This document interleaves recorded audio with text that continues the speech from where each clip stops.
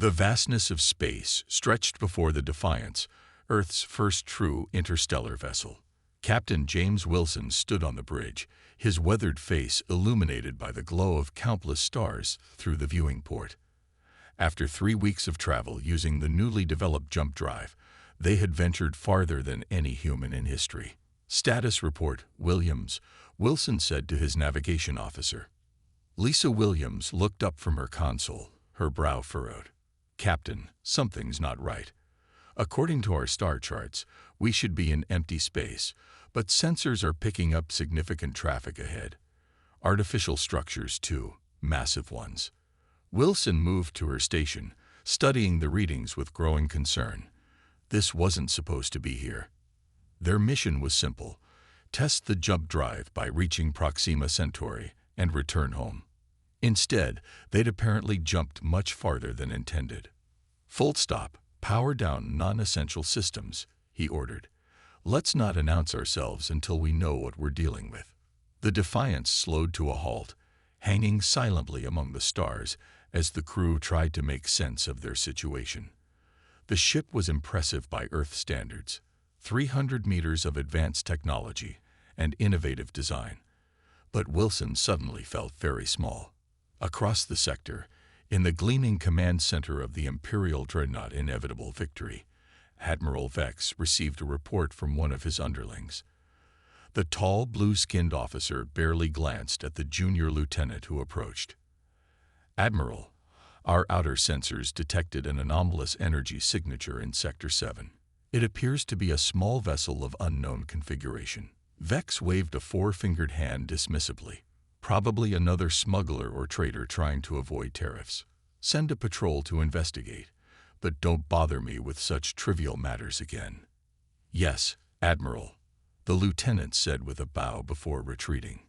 Vex returned his attention to the holographic map displaying the vast galactic empire. For over 3,000 years, the empire had ruled the known galaxy with absolute authority. Thousands of species and millions of worlds bowed to imperial rule. The addition of yet another insignificant trading vessel was hardly worthy of his attention. Back on the Defiance, the crew worked frantically to understand their predicament. "Captain, I'm picking up communications traffic. Lots of it," reported Communications Officer Tom Baker. "The computer can't translate most of it, but there are definite patterns suggesting organized civilization." Wilson nodded grimly. "So much for being alone in the universe. We need more information before we—" "Contact," shouted Williams. 3 vessels approaching rapidly from the large structure at coordinates 227 by 45. They're on an intercept course. On the main screen, 3 sleek ships appeared, growing larger as they approached. They moved with precision that spoke of advanced technology and training. "Can we jump back home?"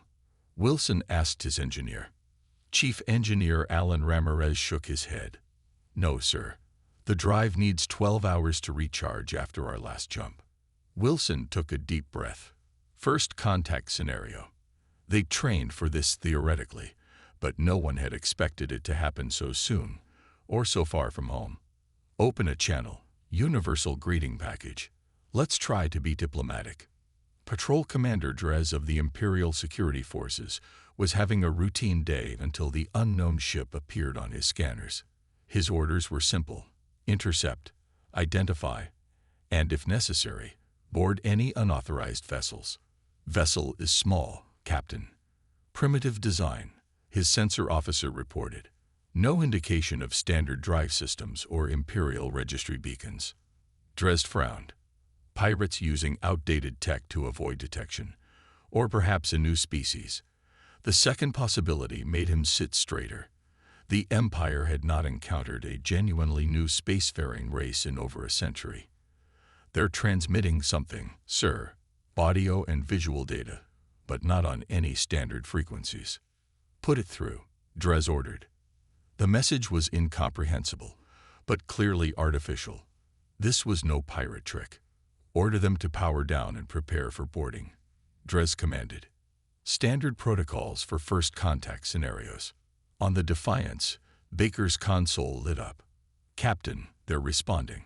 I can't understand the language. but the computer is working on it. They're transmitting some kind of mathematical sequence followed by, I think it's instructions. Wilson leaned forward. What kind of instructions? Based on the imagery, they want us to shut down our engines and let them board us. Baker replied, his voice tense. Wilson exchanged glances with his first officer, Commander Diana Roberts. They both knew what was at stake. Humanity's first encounter with alien life could not begin with surrender. Send this message. We are the Starship Defiance from Earth. We come in peace and wish to establish diplomatic relations. We respectfully decline boarding at this time, but are willing to meet representatives at a neutral location. Baker transmitted the message while the bridge crew held their breath. The response was immediate and clear even without translation. The three alien ships spread out in a classic flanking formation and accelerated toward them. Evasive action, Wilson ordered. Ramirez, give me everything you can from the maneuvering thrusters. The Defiance banked hard, accelerating away from the approaching vessels. What the human ship lacked in raw power, it made up for in agility. The design had been optimized for rapid course changes that defied conventional space tactics. Dres stared in disbelief as the primitive-looking vessel performed a maneuver that should have been impossible for its apparent technology level. His ships, the pride of the Imperial patrol fleet, suddenly found themselves chasing a target that refused to behave as expected. Sir, they're outmaneuvering us, his tactical officer exclaimed. Impossible, Dres snapped. Lock tractors and bring them in. The patrol ships fired their tractor beams, invisible forces reaching out to seize the human vessel. But the Defiance wasn't where it should have been. Somehow, the human captain had anticipated the attack and initiated a roll that carried them just beyond the tractor beam's effective range. They can't have known about tractor technology, Dres muttered. This is concerning. They tried to grab us with some kind of energy beam, Williams reported. Based on the field dynamics, it's designed to hold ships in place. Wilson allowed himself a small smile. Good thing we practiced those evasion drills. Roberts, prepare the emergency jump protocol. Roberts looked alarmed. Sir, emergency jumping without proper calculations cold. Could be safer than waiting to see what these folks have planned for us. Wilson finished. Plot a short jump, just enough to break contact. As the alien vessels regrouped for another pass, the Defiance suddenly flared with energy. Before Dres could issue new orders, the human ship vanished in a flash of light, leaving nothing but empty space where it had been. In his ornate office on the Imperial capital world, Admiral Vex received the patrol report with growing irritation that turned to concern. You're telling me that an unknown vessel, with apparently primitive design, outmaneuvered our patrol ships and then disappeared? He asked the holographic image of a very uncomfortable Commander Dres. Yes, Admiral. They used some kind of jump technology we couldn't track. Vex leaned back in his chair, his mind racing. New species were supposed to be simple to integrate into the Empire. They were supposed to be awed by Imperial might, grateful for Imperial protection, and quick to submit to Imperial rule. They were not supposed to embarrass Imperial patrol ships. Find that vessel, Vex ordered, his voice cold. I want to know everything about these humans, and prepare a formal first contact team. It seems we have a situation that requires my personal attention. As Dres's image faded, Vex turned to look out at the gleaming spires of the Imperial capital. For the first time in many cycles, he felt something unexpected: uncertainty. Somewhere out there, a ship that had no right to challenge Imperial authority had done exactly that. And Vex couldn't shake the feeling that this was just the beginning. 2 standard cycles had passed since the unexpected encounter with the unknown vessel. Commander Trell stood at attention aboard the Imperial flagship Dominion, his spine rigid as Admiral Vex paced before him. Commander, this situation has drawn the attention of the Imperial Council itself, Vex said, his blue skin darkening with frustration. This human vessel made our patrol ships look like children's toys. The Empire cannot allow such an embarrassment to stand. Trell nodded, his expression serious. "I understand, Admiral. My battle cruiser is ready for immediate deployment." "Good. You will take the Dominion and 2 support vessels to find the ship. Capture it if possible, destroy it if necessary, but bring me answers." Vex handed him a data crystal. "These are the coordinates of their last known position. Intelligence suggests they may be operating near the outer rim." Trell accepted the crystal with a formal bow. "The Empire will prevail, Admiral." As he left the Admiral's presence, Trell allowed himself a small smile. This mission would surely lead to promotion. After all, how difficult could it be to catch one primitive vessel? The Defiance drifted silently in the shadow of a gas giant, its systems running on minimal power. On the bridge, Captain Wilson studied the star maps they had managed to download from unsecured Imperial networks. "So we've jumped into the middle of some massive galactic empire," he summarized, looking at his assembled officers. "An empire that, as far as we can tell, doesn't know Earth exists, or didn't until we showed up." First Officer Roberts pointed to a section of the map. "Based on the communication traffic we've intercepted, this entire region is under Imperial control. Hundreds, maybe thousands of inhabited star systems. And not all of them are happy about it," added Communications Officer Baker. "I've been monitoring their channels. There's a planet called Loraxia in the next system that's in active rebellion against Imperial rule." Wilson considered this information carefully. Their emergency jump had carried them even farther from Earth, and the drive needed major repairs before they could attempt a return journey. "Our priority has to be protecting Earth," he said finally.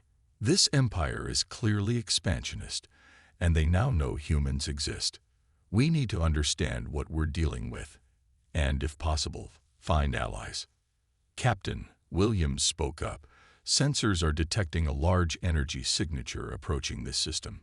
Based on what we've learned about Imperial drive signatures, it's at least one major warship." Wilson straightened. "They found us faster than I expected." "Options. We could hide deeper in the system," suggested Roberts. "Or we could check out this rebellious planet," countered Engineer Ramirez. "The Imperials would be less likely to look for us there, and we might find some friends." After a moment's thought, Wilson nodded. "Set course for Loraxia. Let's see if there's more to this empire than bullying patrol ships." The planet Loraxia hung like a blue-green jewel in space, its surface partially obscured by smoke rising from multiple locations. As the Defiance approached cautiously, the crew could see the unmistakable signs of conflict. 3 Imperial vessels in orbit," reported Williams. "They're bombarding the surface with some kind of energy weapons." Wilson watched the scene with growing concern. The Imperial ships were systematically destroying what appeared to be cities, with no regard for civilian casualties. "This isn't a military operation," Roberts said quietly. "It's punishment." Wilson's jaw tightened. "Get me more information about what's happening down there." Baker worked his console rapidly. "From what I can piece together, the Loraxians refused to increase their resource quotas to the Empire. When they protested, the Empire labeled it rebellion and dispatched these ships to restore order." For long moments, Wilson stared at the screen. His orders were clear: avoid confrontation, gather information, and return to Earth. Interfering in an alien conflict was expressly forbidden. But as he watched another city erupt in flames, he found himself making a different calculation. "If this is how the Empire treats its own people," he said, "what would they do to Earth?" "Battle stations. We're going to show these Imperials that humans don't stand by while innocents are slaughtered." Commander Trell was supervising the punishment of Loraxia when his tactical officer called for attention. "Commander, unknown vessel approaching at high speed. Configuration matches the human ship from the reports." Trell smiled coldly. "Fortune favors the Empire. Deploy interceptors and prepare boarding parties. I want that ship intact." He watched as his orders were carried out, fighter craft launching from the 3 Imperial vessels. The human ship was outnumbered and outgunned. This would be over quickly. "Captain, they've launched fighters," Williams reported. 30 small craft, heavily armed, on intercept course. Wilson nodded calmly. Activate defense protocols Alpha through Delta. Target the lead Imperial vessel's weapons systems only. We want to disable, not destroy. The crew exchanged glances. The defense protocols had never been tested in actual combat. As the Imperial fighters closed in, the Defiance suddenly blossomed with energy.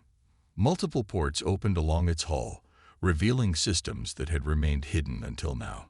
The first wave of fighters fired their weapons, expecting to cripple the small human vessel. Instead, their energy blasts dissipated harmlessly against an invisible barrier surrounding the Defiance. Shields holding at 92%, reported Ramirez. Countermeasures ready. Wilson gave the order. Fire. What happened next would be debated in Imperial tactical academies for years to come. The seemingly outmatched human vessel unleashed a precision barrage that systematically disabled the fighters' propulsion systems without destroying a single craft. On the bridge of the Dominion, Trell watched in disbelief as his fighters drifted helplessly, disabled but intact. Impossible, he whispered. Target that ship with main batteries. Before his gunners could comply, the Defiance accelerated with shocking speed, evading the heavy weapons fire. It approached the first Imperial vessel and fired again. Surgical strikes disabled the warship's main cannons, leaving it unable to continue bombarding the planet. "Sir, our weapons are offline," came the panicked report from the first ship. "They're targeting our bombardment systems only," noted Trell's tactical officer with professional admiration. Remarkable precision. Before Trell could issue new orders, the human ship had repeated the process with the second Imperial vessel. Now 2 of his 3 ships hung in space, unable to continue their mission but otherwise functional. "All vessels, concentrate fire," Trell ordered, but the human ship moved with unnatural agility, seeming to anticipate each attack before it came. "Final target locked," Williams announced on the Defiance. Wilson nodded. "Fire." The Dominion shuddered as its main weapons were systematically disabled by the human vessel's precision strikes. "All Imperial bombardment capabilities neutralized," confirmed Roberts. Wilson opened a channel to the surface. "People of Loraxia, this is Captain James Wilson of the Earth vessel Defiance. The Imperial ships can no longer attack your planet. I suggest you take this opportunity to negotiate better terms." Without waiting for a response, he turned to his navigator. "Williams, get us out of here. Random jump, maximum speed." As Imperial reinforcements began appearing at the edge of the system, the Defiance vanished in a flash of energy, leaving behind 3 humiliated Imperial warships and a planet full of astonished Loraxians. In his private chambers, Admiral Vex reviewed Commander Trell's report with mounting horror. The human vessel had not only engaged superior Imperial forces, but had done so with technology that should have been centuries beyond their apparent development level. "Play the combat footage again," he ordered his aide. The holographic display showed the Defiance moving with impossible precision, its weapons striking exactly, and only, what they aimed at. Most disturbing of all was the ship's apparent shield technology, which had no equivalent in Imperial defense systems. "There's no way that's a human warship," Vex muttered. "It can't be." But the evidence was irrefutable. Somewhere beyond Imperial space was a civilization with technology that could challenge the Empire's military superiority. Technology housed in a ship smaller than a standard Imperial cruiser. For the first time in his long career, Admiral Vex felt something he had never expected to experience: fear. 6 months had passed since the Defiance returned to Earth with its incredible news. Humanity was not alone in the universe, and their first neighbors were a vast, aggressive empire that spanned thousands of worlds. The revelation had united Earth's nations in an unprecedented way, as governments and scientists worked together to prepare for possible contact or conflict. Today marked the next chapter in this new era. The Concordia, Earth's first purpose-built diplomatic vessel, glided silently through space toward the coordinates provided by Imperial representatives.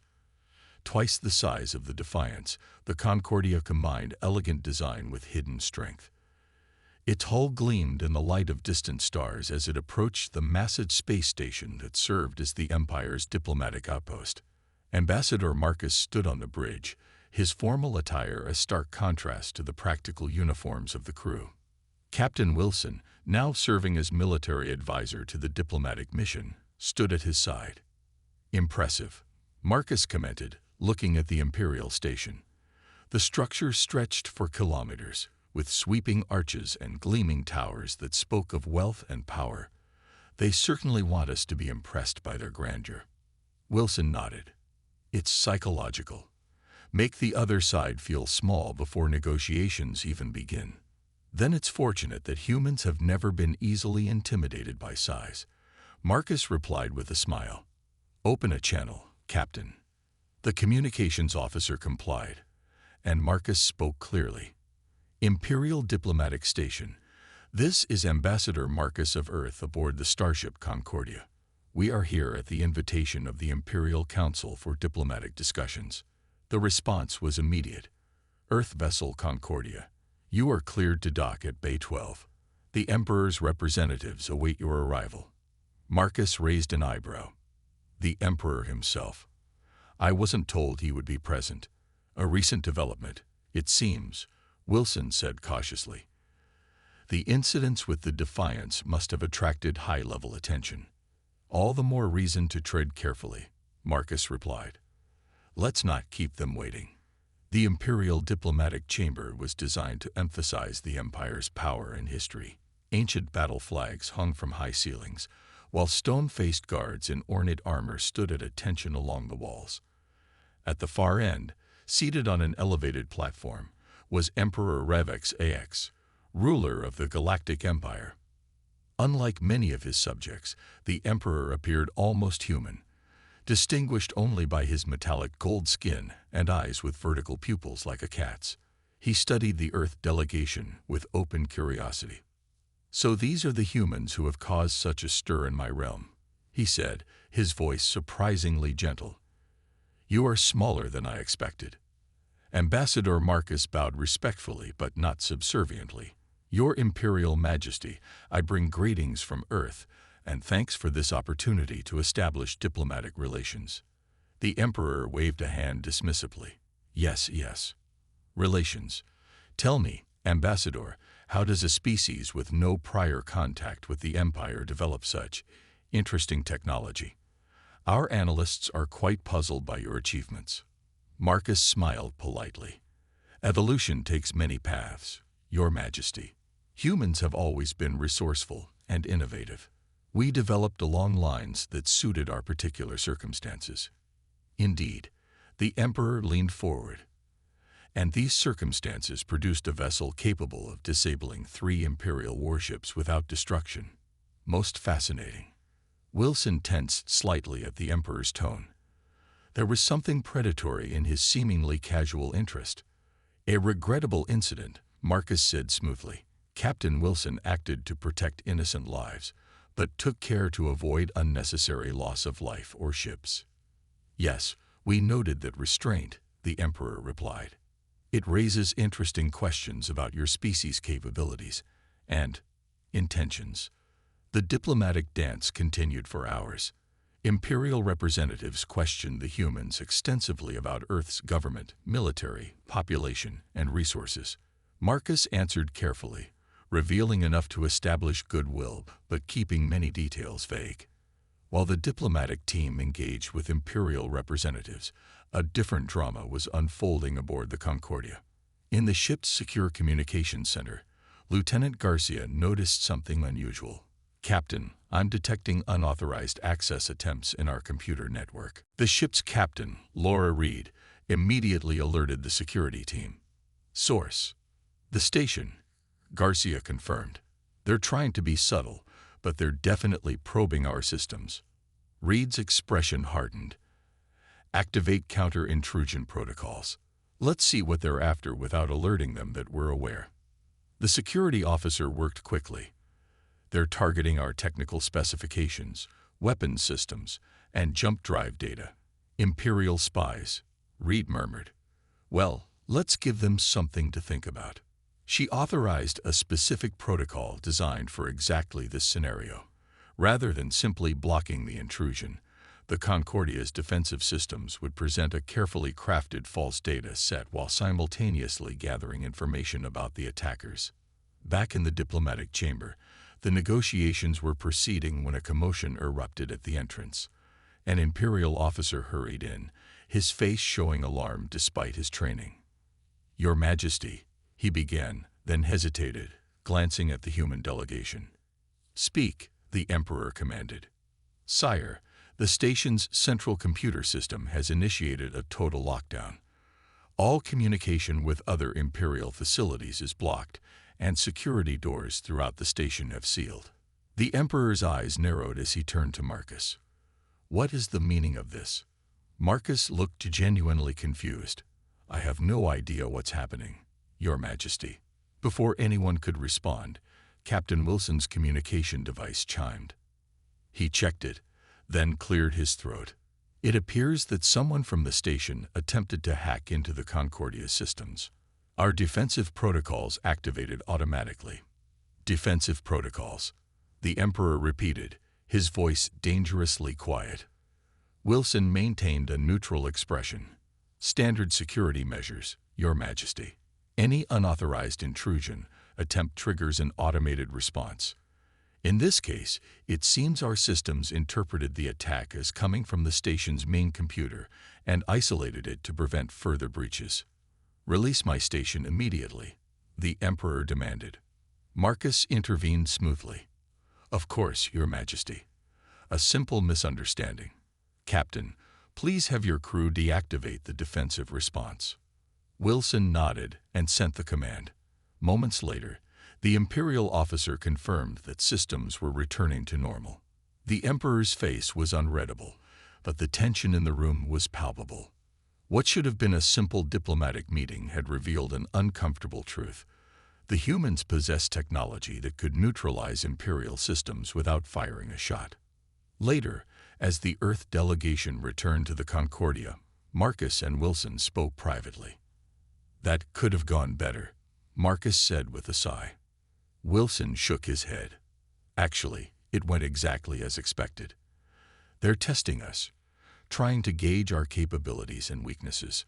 And we just showed them that we can shut down their systems remotely," Marcus pointed out.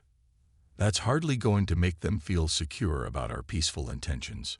"Perhaps," Wilson conceded, "but it also showed them that direct confrontation might be costlier than they anticipated."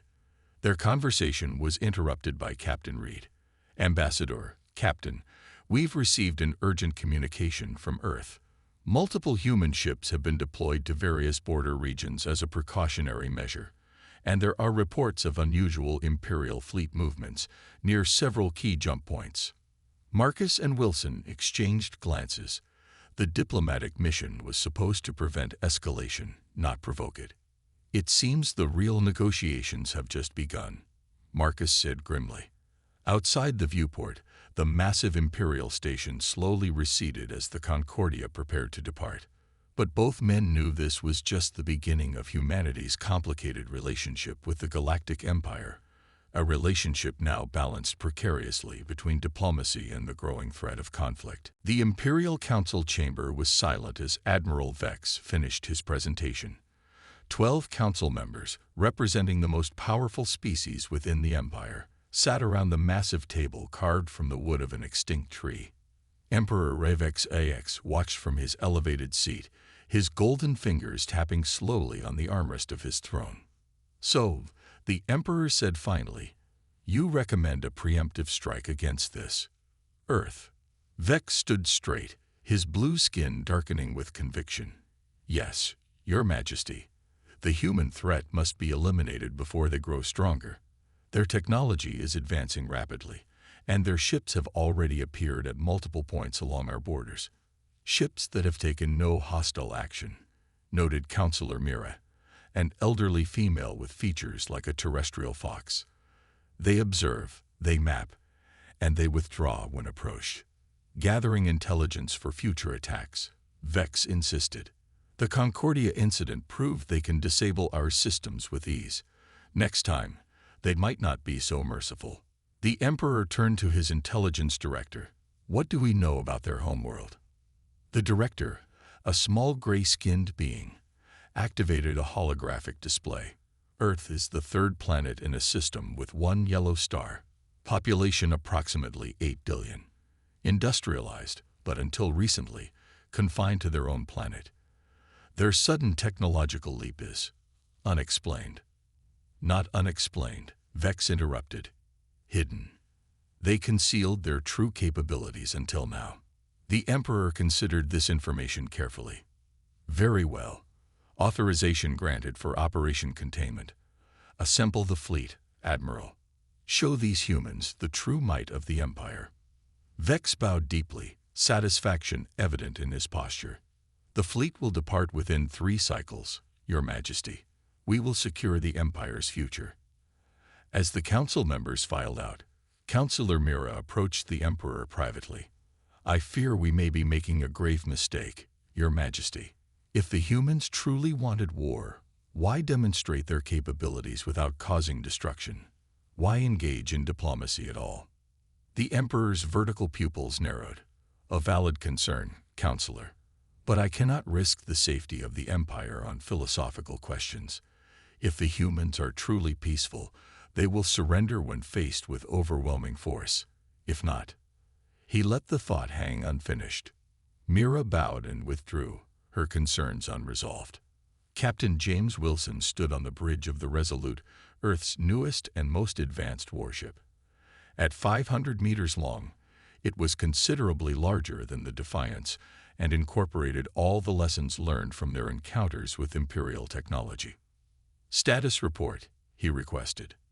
Commander Roberts, who had followed him from the Defiance to this new assignment, checked her console.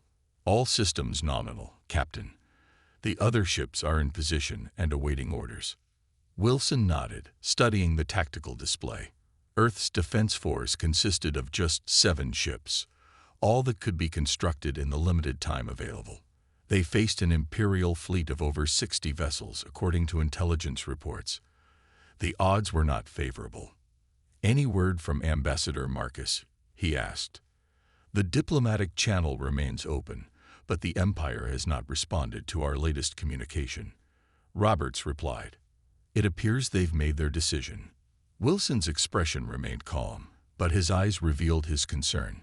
Humanity had hoped for peaceful relations with the Galactic Empire. Instead, they faced an existential threat from a power that spanned thousands of worlds. Signal all ships, he ordered. Execute Operation Shadow. Let's hope Director Bell's strategy works.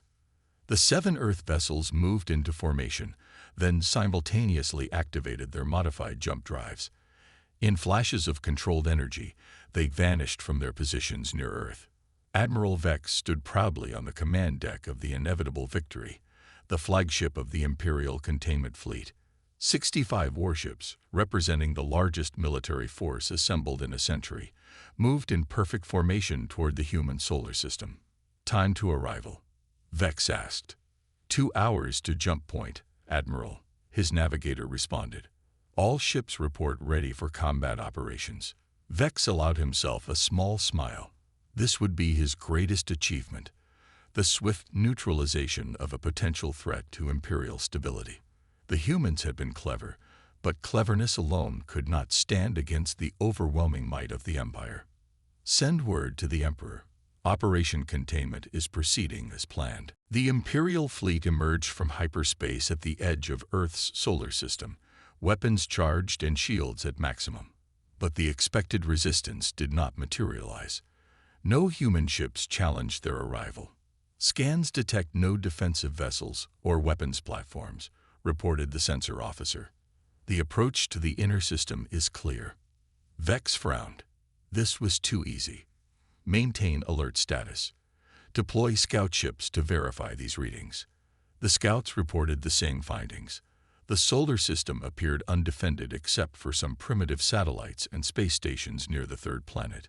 Could our intelligence be wrong? Vex wondered aloud. Perhaps they abandoned their homeworld after detecting our approach.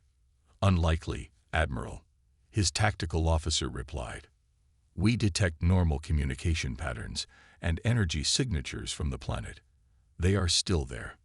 Vex considered the situation, then made his decision. Proceed to Earth at combat speed. All ships maintain formation and prepare for possible ambush. The Imperial fleet accelerated toward the inner system, weapons ready to neutralize any resistance. As they passed the orbit of the gas giant Jupiter, Vex felt increasingly uneasy about the lack of opposition. The humans had proven resourceful. Their absence now was troubling. Admiral, the urgent voice of his sensor officer broke the tense silence. Energy signatures activating throughout the system, hundreds of them. Vex watched in alarm as the tactical display suddenly blossomed with new contacts. Small objects, previously dormant and virtually undetectable, were powering up in a carefully orchestrated sequence. What are they? He demanded. Before his officer could answer, the effects became clear. Space itself seemed to warp around the Imperial ships as gravitational distortions rippled across their path. Ship after ship reported drive failures as the carefully calibrated hyperspace engines struggled against the unexpected interference. We're being immobilized, the tactical officer reported, his voice tight with disbelief. These devices are generating localized gravity wells that disrupt our drive systems and weapons targeting. Within minutes, the mighty Imperial fleet hung motionless in space, unable to advance or retreat, their weapons rendered useless by the gravitational distortion. Vex stared at the display in disbelief. How is this possible? Our intelligence indicated nothing about such technology. As if in answer to his question, a single human ship appeared directly ahead of the fleet. It was smaller than his flagship, but sleek and clearly powerful. The vessel's design was unlike anything they had encountered before. Admiral, his communications officer said, we're receiving a transmission from the human vessel. Audio and visual. Put it through, Vex ordered, his voice cold with anger. The main screen activated to show Captain Wilson standing calmly on the bridge of the Resolute. Admiral Vex, Wilson began, this is Captain James Wilson of Earth. I see you've encountered our gravitational defense network. I assure you, no permanent damage has been done to your vessels. The effect is temporary and completely reversible. This is an act of war, Vex snarled. The Empire will not tolerate such aggression. Wilson's expression remained neutral. On the contrary, Admiral, we have not fired a single shot. Your fleet entered our sovereign space with clear hostile intent. We have simply discouraged that approach. He paused, then continued. Earth desires peaceful relations with the Empire, but we will not be conquered or intimidated. I am authorized to offer you a choice. Withdraw your fleet, and we will deactivate the gravity net, or remain, and we will be forced to demonstrate additional defensive capabilities. Vex's four-fingered hands clenched into fists. You cannot hope to stand against the full might of the Empire. Even if you disable this fleet, others will come. Perhaps, Wilson acknowledged. But consider the cost, Admiral.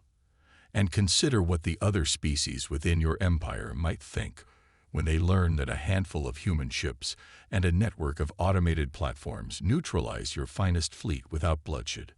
For the first time in his long career, Admiral Vex found himself without a clear strategic option. The humans had outmaneuvered him completely. I will convey your message to the Emperor, he said finally. Wilson nodded. We'll await his response. Resolute out. As the transmission ended, Vex gazed out at the stars surrounding his immobilized fleet. The Empire had ruled unchallenged for millennia. Now, a species from a single insignificant world had changed everything. The Imperial crisis had truly begun. The Emperor's personal vessel, the Imperial Glory, dropped out of hyperspace at the edge of Earth's solar system.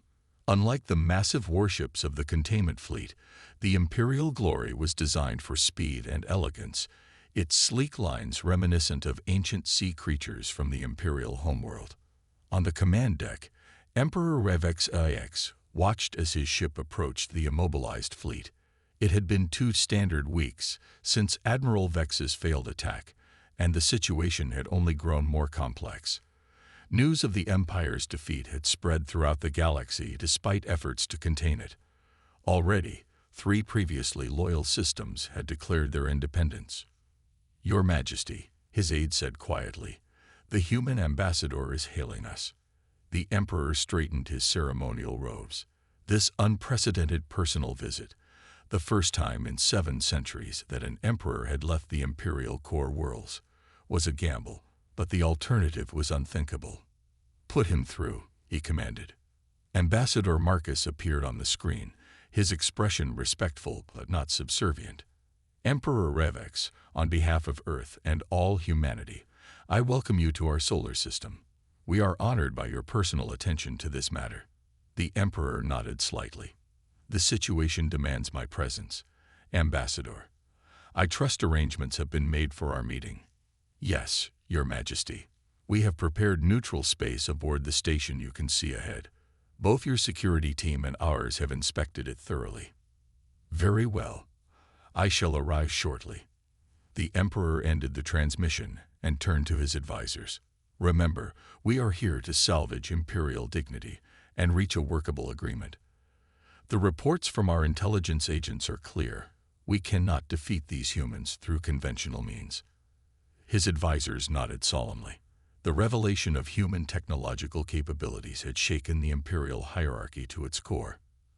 The neutral station hung in space halfway between the immobilized Imperial fleet and Earth. Originally a research platform, it had been quickly modified to serve as a diplomatic venue. The central chamber was circular, with viewports looking out into the blackness of space. Earth was visible as a blue marble on one side, while the Imperial fleet could be seen on the other, a constant reminder of the current situation. Captain Wilson stood at attention as Emperor Revex entered the chamber, followed by his delegation.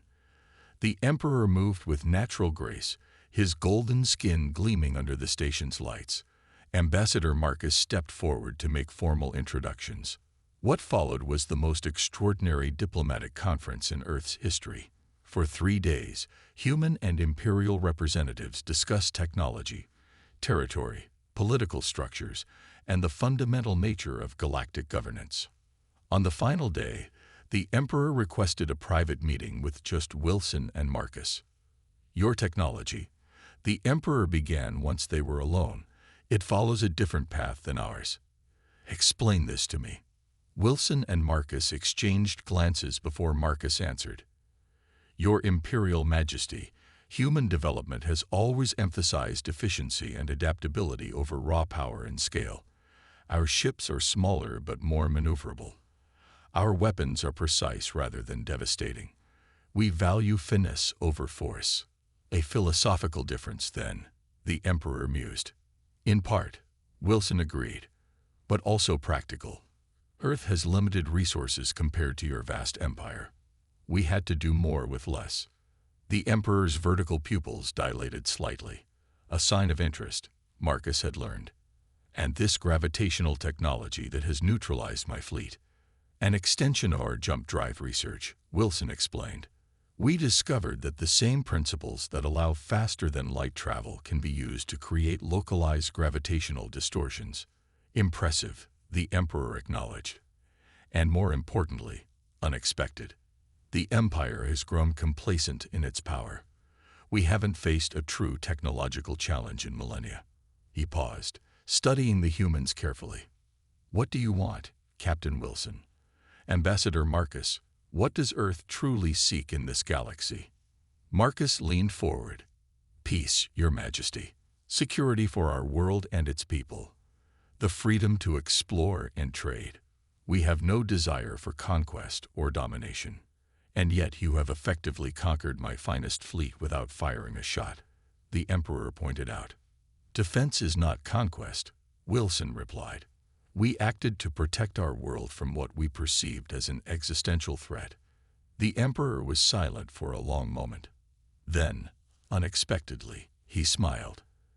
"You know, Captain, in all my centuries of rule, No one has ever outmaneuvered me so completely. It is refreshing. On the final day of negotiations, representatives from a dozen worlds joined the conference. Some were Imperial subjects who had long chafed under centralized rule. Others were independent systems that had maintained uneasy relations with the Empire. All had been monitoring the unprecedented standoff between humans and Imperials. Ambassador Marcus presented Earth's proposal to the assembled delegates, a new framework for galactic relations. Not an empire ruled by force, but a community of worlds bound by mutual interest and respect. Each world would maintain its sovereignty while adhering to basic principles of non-aggression and fair trade. The Empire has brought stability to the galaxy, Marcus acknowledged, but at the cost of freedom and innovation. We believe there is another way, a balance between unity and independence. The Imperial representatives listened with expressions ranging from outrage to thoughtful consideration. Several Imperial counselors protested vehemently, arguing that any change to the established order would bring chaos. But to everyone's surprise, Emperor Ravex raised his hand for silence. For 3,000 years, he said, his voice carrying effortlessly through the chamber, the Empire has ruled through strength and tradition. We have maintained peace, yes, but also stagnation. He looked around the room, meeting the eyes of delegates from worlds that had been under Imperial control for countless generations. The humans have shown us another possibility. Not through conquest, but through ingenuity. They disabled our fleet without destruction.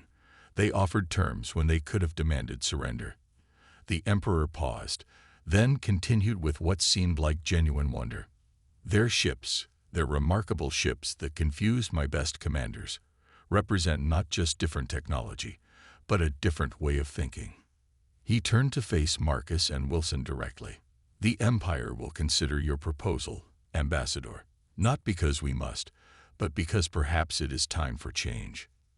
1 month later, Captain Wilson and Ambassador Marcus stood in the observation lounge of Earth's orbital headquarters. Below them, the blue-green planet continued its eternal dance around the sun, unaware of how close it had come to devastation. They watched as the last Imperial vessels, now freed from the gravitational trap, prepared to depart the solar system. The Treaty of Sol, as it was being called, had been signed by the Emperor and representatives of 37 worlds. It established a transition from Imperial rule to a galactic council, where all member worlds would have a voice. Do you think it will work? Wilson asked, breaking the comfortable silence. Marcus smiled slightly. The treaty. It's a beginning. Change won't happen overnight, but it started. And we'll be ready if it doesn't, Wilson added, his gaze shifting to where Earth's new defense fleet was gathered. The Resolute was now just one of 20 ships, with more under construction. The Emperor was right about one thing, Marcus said. Our ships did represent a different way of thinking. Humanity didn't try to build bigger or more powerful vessels than the Empire. We built smarter ones. Wilson nodded. And now the whole galaxy is asking the same question. There's no way that's a human warship, right? They laughed together as they watched the Imperial ships disappear into hyperspace. Earth was no longer alone in the universe, and the galaxy would never be the same. The Galactic Empire had been shaken, not by force of arms, but by the one thing it had never expected, a new idea.